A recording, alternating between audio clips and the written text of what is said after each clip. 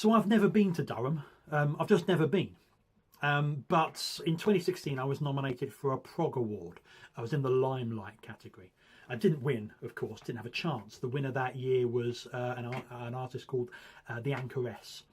She's good. She's her album was produced by Paul Draper off of Manson, the 90s band. Remember them? I loved them when I was a teenager, particularly their album 6. So while I had no chance of winning this award, I was chuffed to be nominated in the category.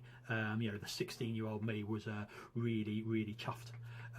But I did get to go to the awards ceremony, which was in the Underglobe, which is a venue sort of underneath Shakespeare's Globe on the South Bank in London.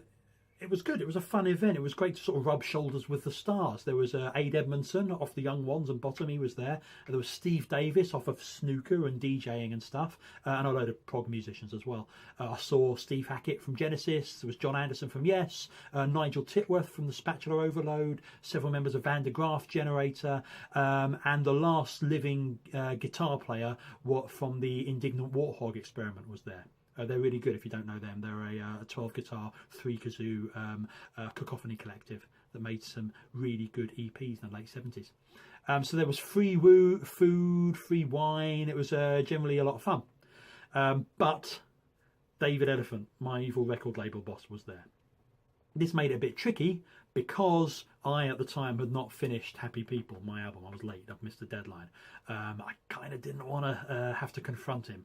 Now, during the opening bit, where everyone was sort of around the bar, you know, trying to get the free drink, that was pretty simple. I could just sort of duck down behind people. But when we were all told to take our seats at the tables for the dinner and the award ceremony itself, that was a bit tricky. So my solution was I grabbed 4 glasses of cheap Prosecco and I filled my pockets with nibbles, and I went just to hide under a table. I hid under table 13, sort of nestled against the legs of Matt Stevens off of The Fierce and the Dead.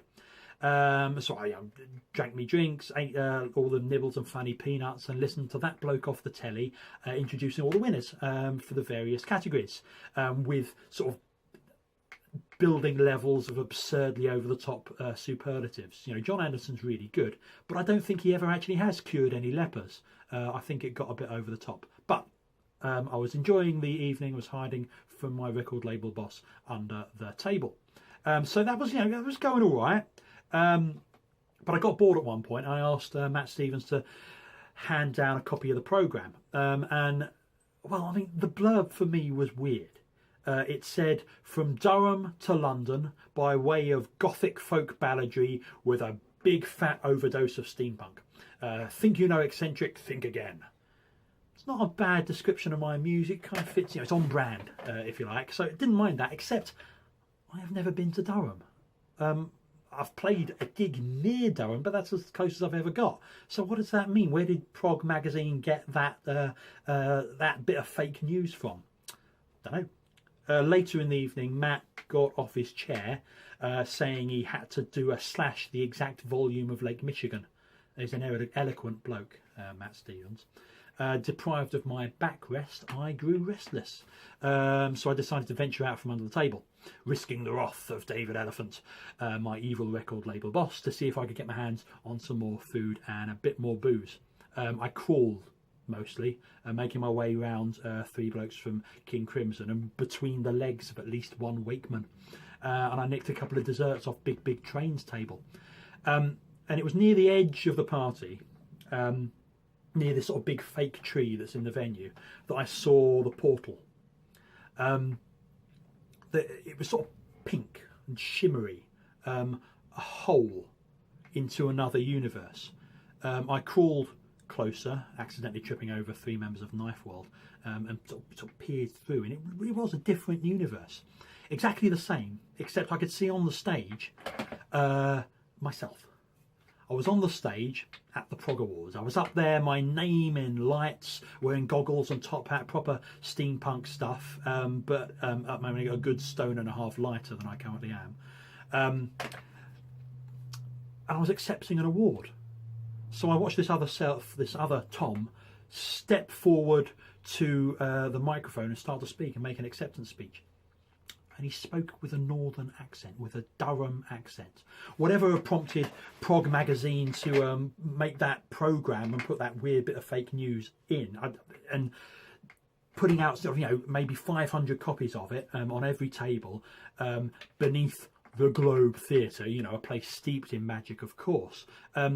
All those people believing this lie about me had clearly opened up a portal to another universe where the lie was true, allowing me to glimpse a much more successful version of myself, the version that I would have been if I had actually been born in Durham rather than London. Just as I was beginning to loathe that other me, there was a trumpeting sound from behind me. David Elephant had spotted me, and he started chucking things at me. I sort of turned around to find that he was whirling a candelabra around his head. And I don't know where he got that from.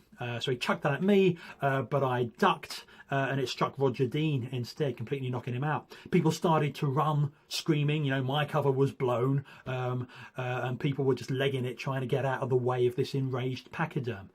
More debris flew my way, goodie bags that they were giving out, which for some reason contained a Kiss DVD at the Prog Awards. Loads of those were thrown my way. David started throwing plates, chairs, a couple of the smaller members of Big Train. I ducked most of them, but then he sort of picked up an entire table and heaved that my way. I ducked, and it went straight through the portal, right through the sort of pink shimmery stuff and into the other world, and struck the other me right in the face. And I saw this Durham person from the Durham universe, the Durhamverse, sort of go down with a massive gash in his forehead, blood everywhere. And I thought happy thoughts to myself, the overachieving bastard me from another universe. I legged it up the stairs, and out into the London night with sort of enraged trumpeting sounding behind me. I mean, I don't think I'll go to another awards ceremony, to be honest. They're a bit too much trouble for what they're worth. I've never been to Durham.